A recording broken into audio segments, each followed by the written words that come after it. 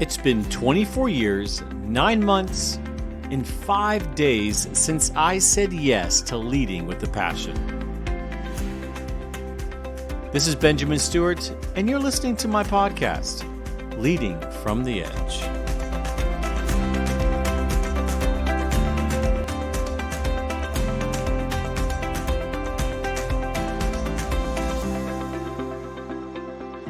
Well, good morning, everyone.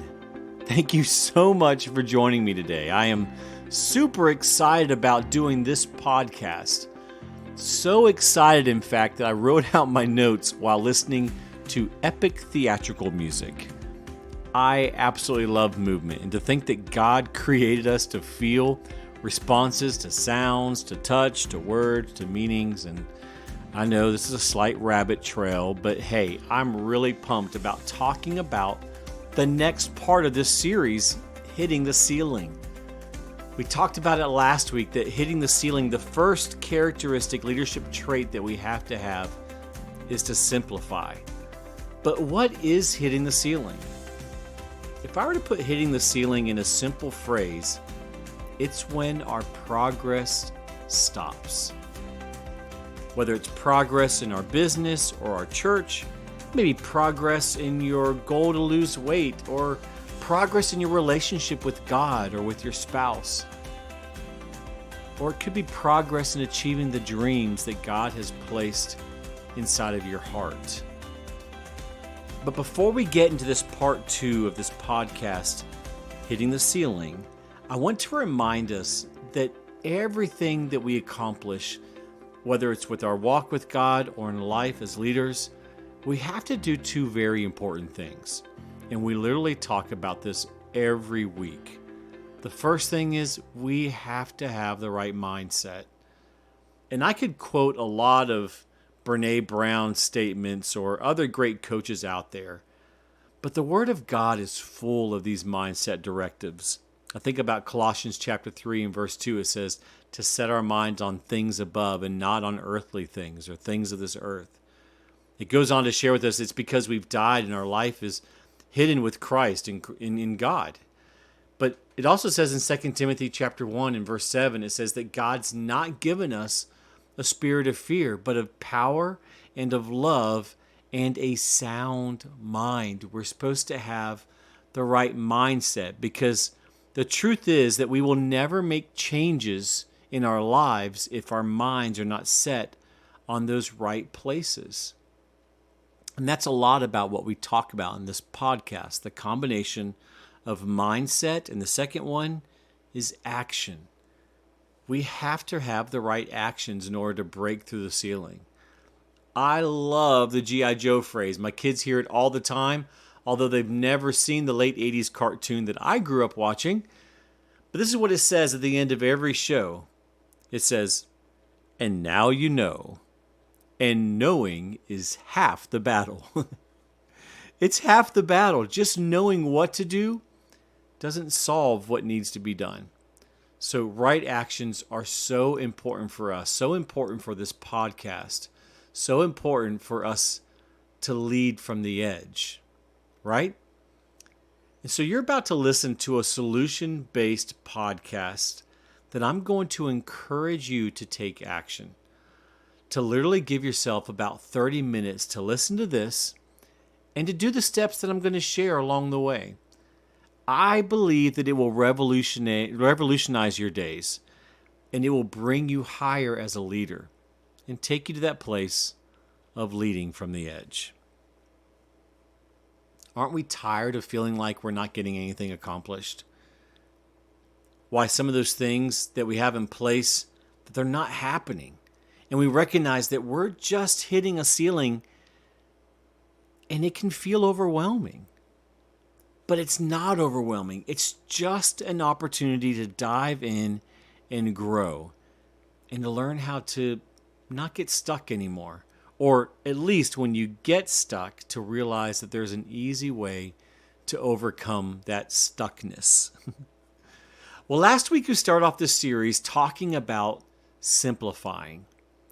And it was really neat. This past Sunday, I heard a pastor friend of mine talk about simplifying. And he shared, when Paul was sharing to the church of Philippi, and he says, "Brother, I count not myself to apprehended, but this one thing I do." So if you want some practical tips on how to simplify your life, just check out last week's podcast. It's on Spotify, Apple, Stitcher, Podbeam, or wherever you're listening to this right now, maybe YouTube. Or you can run to our website, leadingfromtheedge.net, and you can join in the conversations there. But this week on hitting the ceiling, we're going to go into the second leadership trait that you have to have in order to break through that ceiling. First one was simplify. The second one is to delegate and elevate. Love that phrase. Most of the time when we hit the ceiling, we're really facing some level of capacity or compactity. And yes, I know that compactity is not a word, but hang with me. We only have so much time in our day. We only have so much time in a week. I mean, there's only 24 hours in a day, only 7 days in a week. But we also only have so much time in a month or in a year or in a lifetime. One of my goals when working with individuals, pastors, owners, or leaders, is to help them start filling their time with the things that they want and love to do. Because our capacity, every single one of us, is limited. So today we're going to work on delegate and elevate via capacity. So how do I know what my capacity is? Think of your life like this. You only have 120% of your time. Now, for some of us, that's a 50-hour work week. For others, that may be a 6-day work week. Or for some of you guys, it's a 70 or 80-hour-a-day work week, which you and I need to have a one-to-one conversation because that's probably not healthy. But what you do and how you spend your time is critical to our success and to our team's success. So we're going to do a simple exercise right now. And I want you to do this, but I also want you to have your teams do this. I feel like it will be enlightening, not just for you, but for everyone that does it, because it begins to open us up to see what we're really doing. And that's what leading from the edge is all about. It's spiritual, it's practical, but it's also leading others with this everyday God experience. So if you're taking notes, if you're taking the time to do this, here's what I want you to do. Step 1 is write down all the things you do in a day, every day. Like even the embarrassing things. What does your day look like? And you can make this about your life, or you can make this about your work life, or you can do both at the same time and kind of categorize them. It's really up to you. Eventually, I would suggest you do both areas. But when you're working with your team, ask them to write down everything they do in a day, from the moment they get to the office to the moment they leave. What is it they're getting accomplished? What are the things that they have listed to do? Their responsibilities, their focuses, the action items that they're doing during a day. And I want you to literally take out a notebook and write these things down. It should take you about 5 to 7 minutes to write all these out. And you can even pause this right now if you want to do that. Trust me, I think it's worth it because we're about to go into step 2 of what you do with that. Step 2, take a new piece of paper and I want you to draw a line down the center, left to right and up and down, so that it makes 4 different quadrants on your page. And at the top of each quadrant, I want you to put these words. Let's start at the top right. I want you to put the words like/good. Like and good. On the top left, I want you to put the words love/great.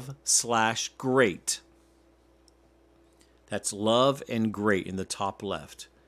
Now let's go to the bottom half of that paper. On the bottom left, put the words don't like/good. I think you're picking up on what's going to be the last area, right? On the bottom right, you're going to put the words don't like / not good. So don't like and not good. Now, so far, you should have 2 pieces of paper. One that has a list of everything that you do and one that has the 4 quadrants. And the next step is to take that entire list and you're going to move them over one by one in order. Why do it in order? Well, because we will naturally miss some things. But I want you to move them one by one in order into those 4 quadrants of your grid. And while you're doing that, I'm just going to talk through what each one of those grids are. And I'm going to start with that bottom right. These are the things that you're probably saying to yourself, ugh, I have to do these things. It's just part of my job. I can't stand doing them. I'm not good at them, but I have to do it in order for my job to be complete. And I would actually challenge that because every time I do this, I can see how others would be better or better suited to do those things that are in that quadrant. But those are going to be the areas that we're going to delegate first. So that's that bottom right quadrant. Don't like, not good. Or sometimes you have to make some of those don't likes more enjoyable. And we'll talk about that a little later. The next quadrant to the left, these are the things that you don't like to do, but you're actually good at them. And we call this the place where all employees go to die. Because all too often we spend most of our time in business and in work doing the things that we don't like to do, but we're good at them. It's because we believe a lie that there are other people in our organization that feel the same way that we do. See, I'll give you an example of one that lands in that. I'm really good at organization and systems, but I don't like to do the same thing over and over and over again. I really like putting things together. However, I really don't like to just let them happen over and over and over again. So it can look like I love being organized, but nope. I'm kind of a free system guy. I really like winging it a ton. But I've become good at it because it was a weakness of mine, and I thought that I had to be able to do that. That's that bottom left quadrant, the things that we are good at, but we don't like doing. And honestly, that's probably where most of your staff are living their lives. And we want to change that because when a staff member spends more than 50% of their time in the bottom half of the quadrant, the things they don't like to do, then we're not really doing our job as leaders and encouraging them. Or if we're spending our time in that, then we're really not doing a good job of delegating out the right things to people. The next quadrant we're going to work on is the top right quadrant. This is where we get into the things that we like doing, right? So the top quadrant is the things that we like to do and we're good at. This is where you shine in your church or in your leadership. These are somewhat rewarded in the sense that you end up getting thanked for these areas. This is that part of the items that you feel like you're pretty good at and you like doing them. They may not be your absolute passion or they may not be something that you feel super strong at. And that leads us to the last quadrant, that top left quadrant. And that is the area that you love and are great at. Dan Sullivan calls these things your unique ability. It's the part of your life where you love to do it. You look forward to doing it. For me, it's consulting with leadership teams. It's creating processes for a small staff team. It's speaking to large groups about leading at God's best. And it's doing music and singing worship songs. It's the areas of your life where you can't wait to do them. While you are doing them, the time seems to fly by. And when you're done doing them, you may be physically or even mentally exhausted. But something on the inside of you feels enriched, empowered, and refreshed. And this is the place where God has designed your uniqueness. and you have taken the time to grow it. There's actually a lot of people I've seen that have a uniqueness that's in the like and good, but they've not taken the time to really invest in that to the point that they're great at it and they know that they love it. So let's recap what we've done so far. Number one, you've written down all that you do in a day, either business or personal life or both. Then you've drawn out a 4-quadrant paper and you've written at the top left, love and great, top right, like and good, bottom left, don't like, good, and bottom right, don't like, not good. Then we've moved our entire list over to those 4 quadrants and we put them in the different areas. And I want you to take a minute and look at that. Look at what it is and how many things you have listed in each area. And if you look at it and you see that more than 50% is below the horizontal line, I would venture to say that you're really not enjoying the job that you are doing. And it could be the job that God's given you. It could be you're right exactly where you're supposed to be, but you're not enjoying it because you've surrounded yourself with things that you're either not good at or you don't like doing, or some combination of that. But here's what I want you to do. Our next step for this exercise is that we're going to take the first step in delegating and elevating. And I want you to pick 2 things on the bottom right. These are the things that you don't like and you're not good at. And I want you to circle them because I want to make a commitment with you that we're going to delegate those to somebody, or we're just going to stop it altogether. And I want you to make a commitment right now that by this time next week, when we meet on this podcast, you will have either given those 2 things to somebody else to do and helped them, like you laid it out, what that means, or you've taken it off of things that you do. Why? It's not what you're good at or what you like to do. So, question may be, who do I give that to? I almost guarantee you that there is someone on your staff, someone in your family, somebody on your team that actually likes to do that, or maybe even loves to do that. I remember when I was working as an executive pastor for a church, and I created these great systems that I could not stand making them happen on a weekly basis. And we started looking around our team, and there was a young lady on our team who was phenomenal at that. Not only that, she loved knowing what to do every day. Like, she loved having a list of things to check off and connecting with people. I loved the connecting with people. I didn't like the whole list thing. And so literally delegate and elevate to that person's role, that responsibility. And 2 things happened. One, I had more time in my week. I had more time in my day. I could focus on the things that were my unique ability. Secondly, it was lending to her unique ability. And she was able to enjoy a part of her job that she didn't know was even available to her. She felt empowered. She felt encouraged. She felt elevated. And I got to delegate. It's a good feeling. We should try and do that. So pick those 2 things in the bottom right. If you want to do one from the bottom right and bottom left, that's fine. But let's pick 2 areas that we're going to handle this week on Delegate and Elevate. The final step I want us to do is I want you to circle 2 items that you have on the top left. And this would be the areas that you love and are great at.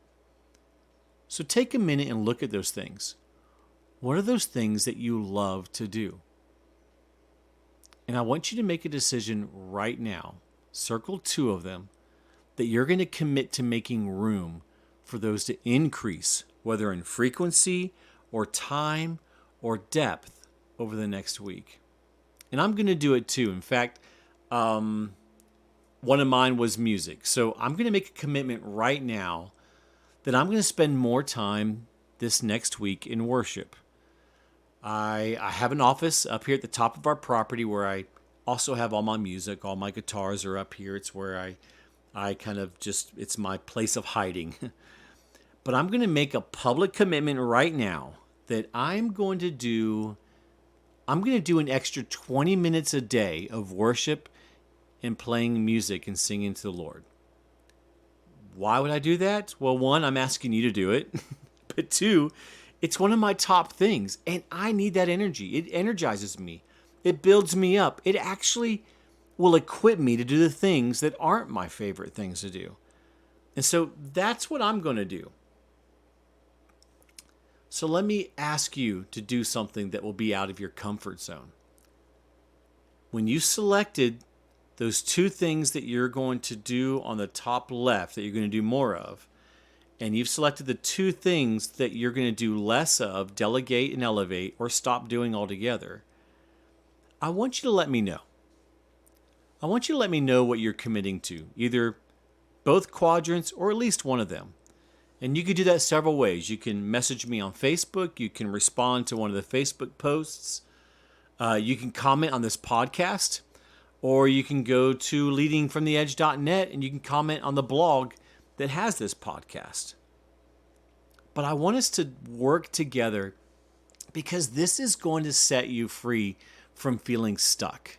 And this is part 2 of the series, part 1 of Delegate and Elevate. Next week, we're going to go into the compactity. In other words, where we just fill ourselves with just meaningless stuff and how to make more room in our life and how to really do that in other people's lives, how to take this to the next level, right? But the truth is that we were all uniquely and wonderfully made. You are in your current role because it's where God wants you to be, which means you are there for such a time as this, no matter how much longer that is. Today, you're in that job, in that place, in that position of leadership because that's where God has you today. So what will we do with that role? Whether it's being a pastor or a business leader or an owner or a father or a mother, what are we going to do with the gifts and talents that He has given us? What are you going to do with the gifts and talents that He has given you? Hide them? No. We're going to lead from the very edge of our ability. We're going to give more room to God for Him to work and to move and to do His part and to stretch us to be a greater use by Him for His kingdom and for the lives that we get to lead. Well, that wraps up another Leading Edge podcast. Leadership, in my opinion, means that every day we are striving to be at least one step ahead, at least one experience in front of those that God has given us the gift of leading.